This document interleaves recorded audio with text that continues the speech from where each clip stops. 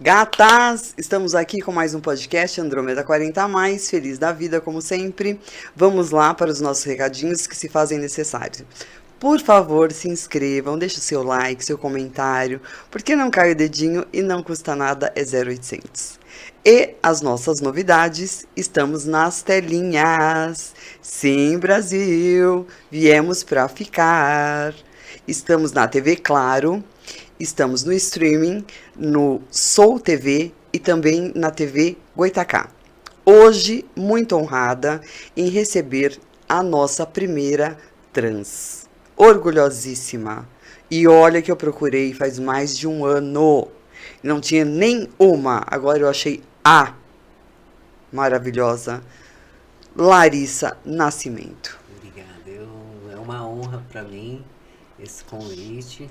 Eu fico muito feliz de estar aqui, e espero ter uma conversa aqui, trazer informação, entendimento para as pessoas, conhecimento da vivência de pessoas trans, tudo que eu puder colaborar para trazer a luz do conhecimento das pessoas, sobre uma sociedade mais diversa e inclusiva, algo que a gente vive esse momento de crescimento da informação, da divulgação, e eu poder testemunhar, trazer algumas coisas sobre a minha vivência, sobre as minhas experiências, será um grande prazer. Prazer é todo meu. Gata, relaxa, porque aqui é papo de comadre. Então, pode relaxar, chega um pouquinho mais próximo, fala um pouquinho mais alto, porque o povo precisa te ouvir, meu bem. Você está aqui para dar voz para toda uma comunidade que precisa ser ouvida. Com certeza. Então, primeiro, tem 1001 formações. Eu falei, gente, tem um Google, né, gata? Enfermeira, contadora, restauradora, artista, cantora, toca instrumentos. Gente do céu, como que eu começo por aqui? Vamos começar. Como foi a infância de Larissa? Bom, infância de Larissa tem 51 anos, nasci em 1973, Uma então, menina, né, amor? 40+. Num tempo bem diferente de hoje em dia, Sem internet. Uma época de governo militar, uma época muito machista, era uma época que também muito dominada por religiões, por dogmas religiosos, as famílias sempre muito fechadas, e eu já nesse ambiente, desde muito criança, desde muito cedo, me percebi diferente, porque Quantos anos? A partir dos 2 anos de idade. 2? Quando a gente começa a se entender a mulher, o homem, esses papéis distintos. Meu pai saía para trabalhar, minha mãe ficava em casa. Ainda era uma época que minha mãe teve que largar o emprego depois do casamento para cuidar dos filhos. Então eu mais 3 irmãos, que fomos criados dentro desse conceito tradicional, católico, dentro da religião católica. Então a gente ia para a igreja, a gente fez primeira comunhão, fomos batizados na igreja, dentro desses costumes tradicionais. Sim. Então quando eu comecei a entender que eu não me configurava dentro desse masculino que eu via, meu pai ou minha mãe, comecei a entender que eu me via no feminino, nas mulheres da minha família, nas mulheres da televisão, nas mulheres que quando eu saía para a rua eu via aquelas mulheres. e a expressão de gênero feminina, os costumes femininos, né? Toda uma atmosfera Um que arquétipo me atraía, né, feminino. mais do que o masculino. O masculino, algumas coisas eu gostava nos arquétipos masculinos, mas eu não me fazia o meu gosto. Não se via. Não me via. Então, assim, na minha construção identitária, foi observando, né, as coisas que me atraíam, que me traziam alegria, que me traziam, né, afinidade, Conforto. foi com que eu fui construindo essa mulher de dentro para fora, porque eu não podia expressar. Então, lá internamente, eu sabia do que eu gostava, eu sabia o que eu queria ser, né? Pensava, será que um dia eu vou poder me expressar? Será que um dia eu vou poder usar um vestido, poder fazer uma maquiagem, poder deixar meu cabelo crescer, para eu me ver enquanto mulher? Porque se sentir mulher é de dentro para fora, e também não é ligado à sexualidade. Tem a questão da sexualidade, da orientação sexual, mas não é só isso, né? Eu gostava de meninas e gostava de meninos também. Então não foi a questão, eu gosto de homens, então eu tenho que ser mulher porque aí eu vou atrair homens. A questão identitária, ela é muito mais profunda, ela vai muito além da sexualidade, né? Enquanto sexualidade não é só a parte reprodutiva, é a parte afetiva, né?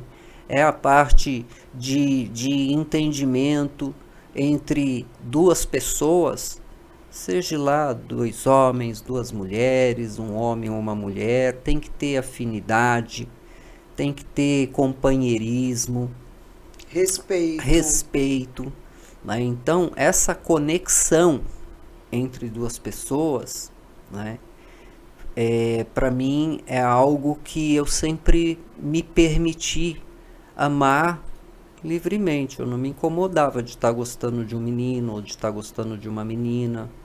Então você se relacionou com mulheres? Com mulheres, com homens, com mulheres. Sempre desde criança percebi que eu não via só homens e mulheres, eu via pessoas. Gostava de gente? De gente, né? Pode ser um menino que era afeminado, ou uma mulher masculinizada, não importa. Né? Porque assim, quando eu gosto da pessoa, eu gosto da pessoa enquanto a essência da pessoa. Não é o aparelho reprodutor, não é a expressão de gênero, não é a cor da pele, não é a idade. Concordo. Isso é pansexualidade, né? Pan já quer dizer, você gosta de pessoas enquanto pessoas, e pessoas são diversas. Eu sempre tive esse entendimento de olhar para as pessoas e ver pessoas como além de homens e mulheres. Nunca vi, olhei e falei, um homem, uma mulher, um homem, uma mulher. Nunca tive essa dicotomia, divisão, né, limitada, de querer qualificar o que é o masculino, o que é o feminino. Então isso tudo sempre foi muito diluído dentro de mim. Mas isso é uma regra. Sim. É uma regra não, é uma exceção. É uma exceção porque as pessoas, pessoas trans, são binárias. Binárias quer dizer que elas acreditam que tem que existir essas duas formas, o homem e a mulher, o masculino e o feminino.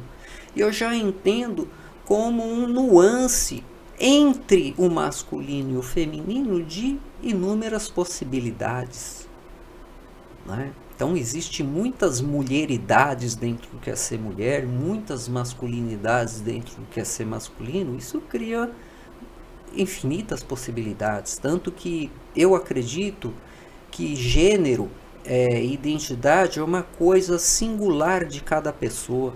Eu me entendo como a minha sexualidade é só minha, não tenho que estar comparando com a sexualidade de outras pessoas, qualificando, rotulando, nada disso. Acho que isso desumaniza o ser humano, O ser humano é um ser singular, portanto, cada pessoa é única e tem uma configuração única de sexualidade, de límbica, né, psíquica, de traços, de biotipo, De DNA.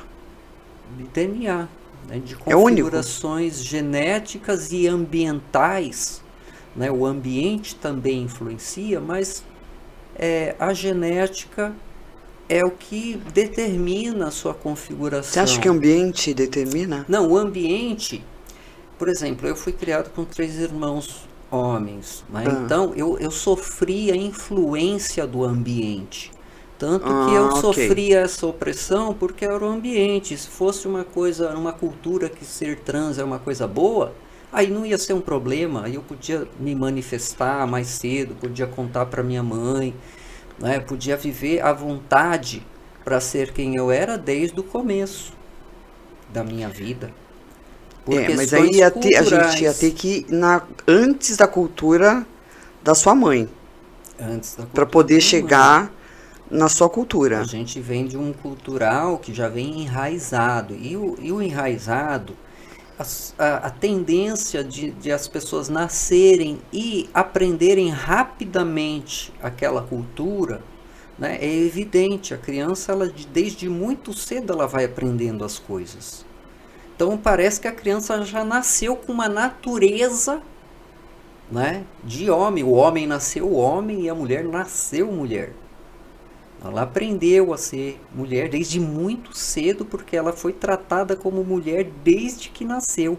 Agora a gente faz um caminho diferente, porque a gente, quando nasceu, foi criada como um menino, foi ensinado o caminho de menino, o que menino pode fazer, o que menino não pode fazer, e isso torna uma construção dentro da gente. Mesmo que é o ego. Concordo. É o lado de fora, é o ego. Lá dentro está sendo construído uma menina, e por fora está sendo construído um menino. Tem até uma bipolaridade, hein? Se a gente for pensar.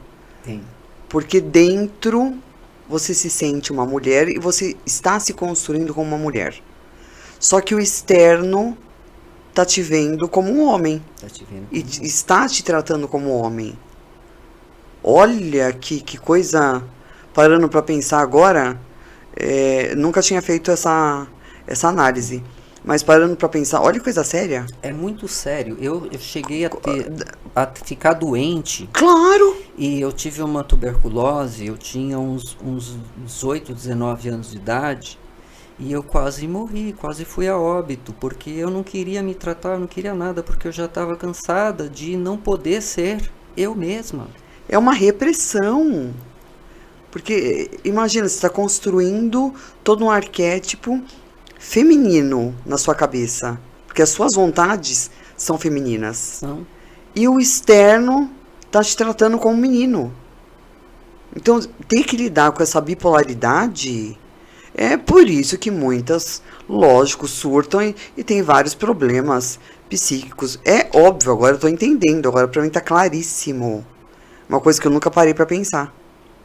Porque eu acho que eu nunca tive essa audição. Nunca nenhuma me falou, olha, o meu dentro estava construindo o feminino. E o meu fora era todo tratado no masculino. E quem está de fora...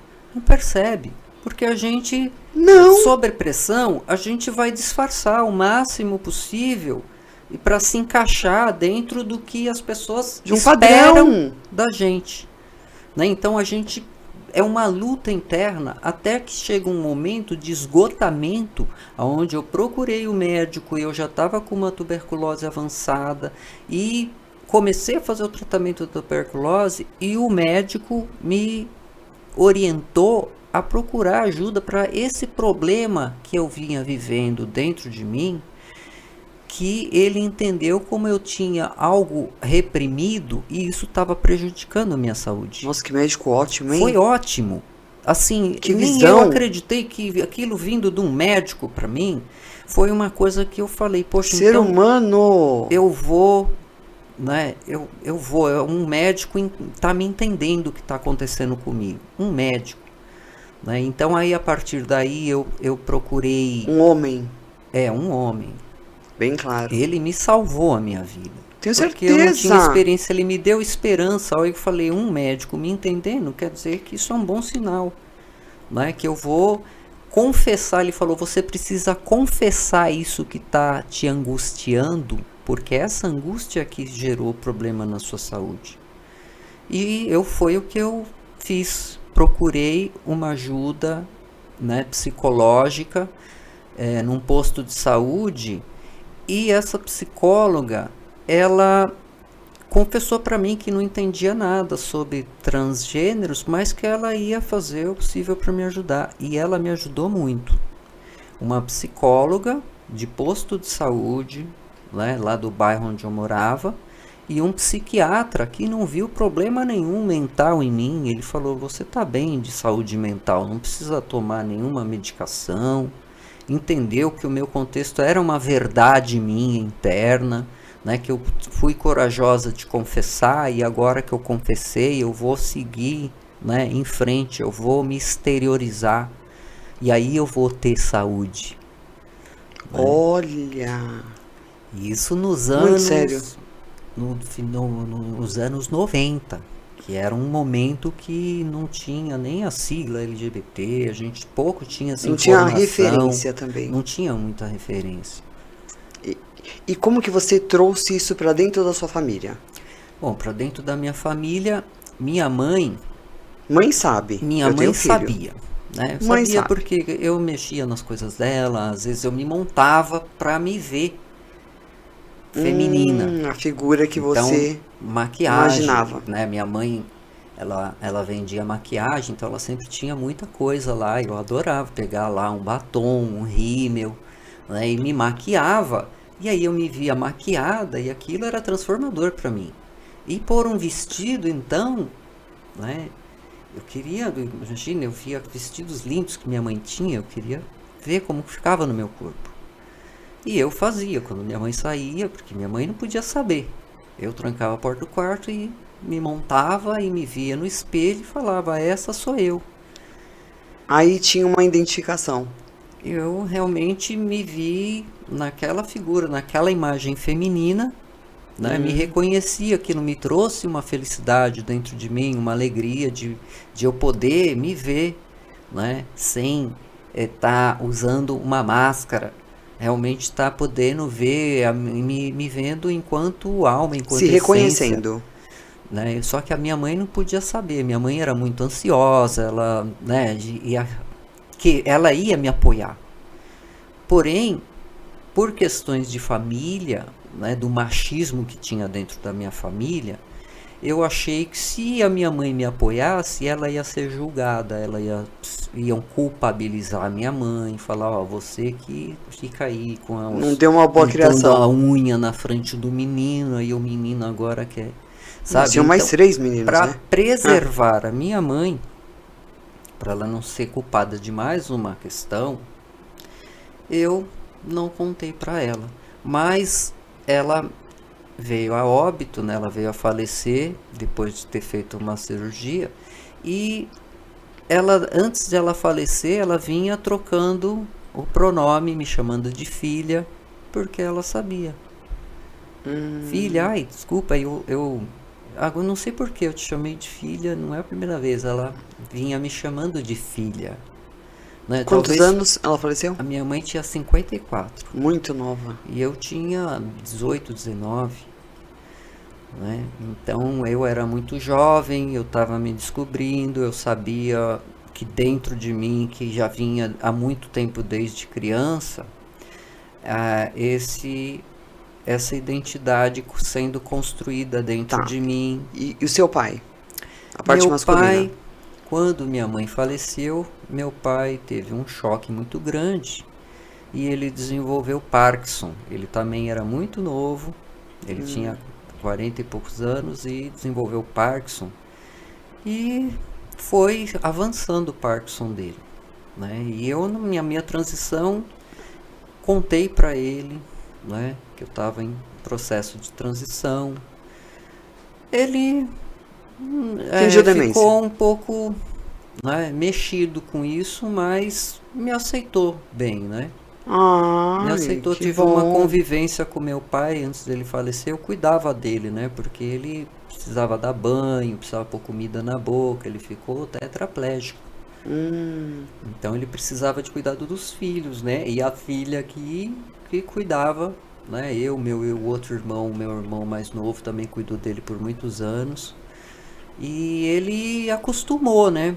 Ele foi acostumando comigo aos poucos, a que minha, bom até. mas, né, ele tinha uma coisa assim né, Não era isso que eu esperava, mas é, foi isso que Deus te deu. não era o que ele esperava, né? Mas foi isso que Deus te deu. Você é mãe.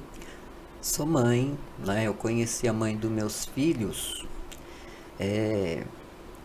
depois que minha mãe faleceu. Hum, Eu já estava num processo de transição, tomando hormônio, eu já andava com uma aparência mais feminina, com cabelo comprido, né? E eu conheci a mãe dos meus filhos e foi uma pessoa que eu me afinizei muito com ela, né? Teve uma química no relacionamento muito boa. Eu conseguia me abrir para ela, ela me ouvia, né? Ela entendia o meu processo que veio desde a infância, abri o jogo para ela, né? Ela foi uma pessoa assim que não teve muito o que pensar. Quando a gente foi ver, a gente já estava num relacionamento, né, que tinha já um amor muito forte entre eu e ela, né? Eu conheci a mãe dela, né, a minha sogra já falecida, e ela me apoiou, ela ficou muito feliz de me conhecer, de entender que eu era uma pessoa diferente, mas ela gostou muito do meu caráter, me deram apoio, ela, a família toda dela, meus cunhados sempre me deram muito apoio para mim, para ela, né? A gente resolveu ter filhos por vontade de ter filhos, discutimos sobre como que vai ser a criação dos nossos filhos, pensamos antes, né? planejaram. Planejamos os filhos e a gente trabalhou junta, criamos os filhos juntas, né? Eu fiquei 15 anos casada com ela no relacionamento carnal, né? Eu até hoje ela é uma pessoa que é a pessoa mais importante da minha vida, é a mãe dos meus filhos, a pessoa que mais me proporcionou a alegria de viver, né? Que me resgatou a vontade de viver, de ter filhos, que é uma coisa que eu pensava em não ter por causa da minha condição, não, ela acreditou em mim, acreditou que o mais importante era eu ter caráter, era eu ter amor, né? E deu muito certo, porque meus filhos são uma criação que é a coisa que eu mais tenho orgulho na minha vida, é dos meus filhos serem lá. Hoje o meu filho com 21 anos é um homem maduro, minha filha com 25 anos é uma mulher madura, ele é pai de família, ela é mãe de família, tenho 4 netos. Minha neta também é muito próxima de mim, a Jade, o Pietro, a Alice e agora nasceu a Melissa, tem 3 meses. Então a família cresceu, é uma família amorosa, é uma família próspera, né? E a gente fora da caixa do tradicional, O que que é tradicional? O né? que é fora da Gostar da caixa? sogra, amar a sogra é tradicional? Não é. Eu amei a minha sogra até o último dia da vida dela. Hoje, para mim, eu falo, minha sogra foi uma segunda mãe. Eu perdi minha mãe, mas ela também foi uma segunda mãe para mim, né? A mãe dos meus filhos tem um amor até hoje, um amor incondicional. A importância dela na minha vida é essencial para eu estar aqui, para hoje eu ser quem eu sou. Devo a ela, devo ao apoio dessa rede que foi uma família que eu formei junto De com essas pessoas. fora. Foi uma família De que fora. você trouxe. Minha sogra era uma mulher negra, evangélica, né? Evangélica, Evangélica. entendeu? Então, quer dizer, não são questões de, é a religião que... Não, não é. São as pessoas mesmo. Que lição essa sogra deu de cidadania, É hein? maravilhosa, maravilhosa. Maravilhosa. É olhar o ser humano, não é olhar a condição desse ser Condição, humano. exatamente. É muito além. Isso que a gente percebe que a diversidade é uma realidade, não é uma ideologia. Ideologia é algo que não se aplica à realidade. A diversidade se aplica à realidade. É só a gente abrir os olhos e ver pessoas, né, diferentes, singulares. Cada pessoa é uma pessoa. Somos iguais na diferença. Em todo mundo ser diferente de todo mundo, né? Aí que tá a graça. E isso que é... É o bonito da história toda. Isso que é ser humano. Mas tirar isso, vira robôs, tudo igual. Exatamente. Não, agora a sua ex-mulher, maravilhosa. Maravilhosa. Não conheço, mas já mando um beijo. Maravilhosa. Eu nem chamo de ex-mulher, porque assim, eu acho muito patriarcal esse termo. Eu falo que ela é a mãe dos meus filhos, a mulher mais importante da minha vida, que me deu meus filhos. E não, mais importante, é o que eu tenho de mais importante, né? O que mais me faz gosto de viver é viver pela minha família, é viver pelos meus filhos, pelos meus netos. Não, e te aceitou, porque você já se vestia como mulher quando você estava com a Carla. Foi ela que me ajudou a sair do armário, foi ela que me ajudou. Ela que me permitiu, ela que escolheu o meu nome. Não creio. Que mulher evoluída. Meu Deus do céu. Ela é grandiosa. Grandiosa, esse é o nome. E é uma mulher forte, que ela ficou ali do meu lado. Você imagina ter que enfrentar uma sociedade e ainda ter... Esse aqui é meu marido, minha mulher, o que é? Ela não queria saber, sabe? A gente cuidava da vida da gente, a gente trabalhou junto, a gente arcou com as responsabilidades, com os nossos filhos. A gente não tinha tempo para ficar dando atenção para o que vão falar, o que vão pensar, né? E nós vivemos num ambiente de qualidade, assim, em torno da gente, tinham pessoas dando apoio, né? Olha como é importante a rede de apoio. Muda todo o jogo. De preconceito. Não teve, né? Talvez porque a gente estava ali vivendo a nossa vida, né? Sem prejudicar ninguém, né? Cumprindo com as nossas responsabilidades, né? Reunião dos pais na escola. Ia eu lá na reunião dos pais, né? Você já tinha feito? Às vezes ia ela, às vezes ia eu. Já. Do jeito que você é hoje. Sim. Que demais. Parabéns, Larissa, um arraso. É um arraso, né? Um arraso, gata. Nossa. E assumir dois filhos nessa condição de não ser uma família tradicional. Que o tradicional é ter o pai e a mãe, né? As crianças nasceram com duas mães, né? Fisicamente, esteticamente falando. Eram duas mães. Quando eles começaram a entender, né? A minha mudança de nome também foi durante o crescimento dos meus filhos. E assim, hoje eles nem lembram mais como eu era chamado, porque já acostumou. Claro, Larissa, né? Então, para eles é muito natural hoje, né? Hoje em dia a gente tem uma coisa que assim, a gente não lembra de ter sofrido nenhum momento de que a gente teve algum prejuízo moral ou psicológico ou de nenhuma natureza devido ao nosso companheirismo, ao nosso amor incondicional dentro da família, né? Eu morava e trabalhava no mesmo lugar, né? Então eu tive uma rede de apoio, justamente. É a rede de apoio, Larissa. A rede de apoio fez toda a diferença aqui. Acolhimento, rede de apoio sempre faz a diferença, porque é a prática do bem. É o que mais importa, é praticar o bem. E a gente sabe o que é o bem.